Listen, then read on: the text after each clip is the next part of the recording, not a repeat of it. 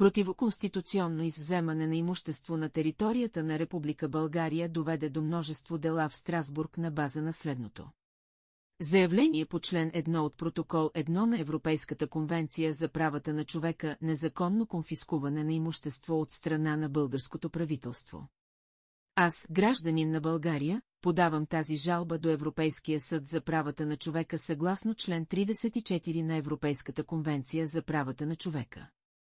Моля съда да разгледа моя случай по член 1 от протокол 1, който защитава правото на мирно ползване на имущество, и член 13, който гарантира правото на ефективно средство за защита.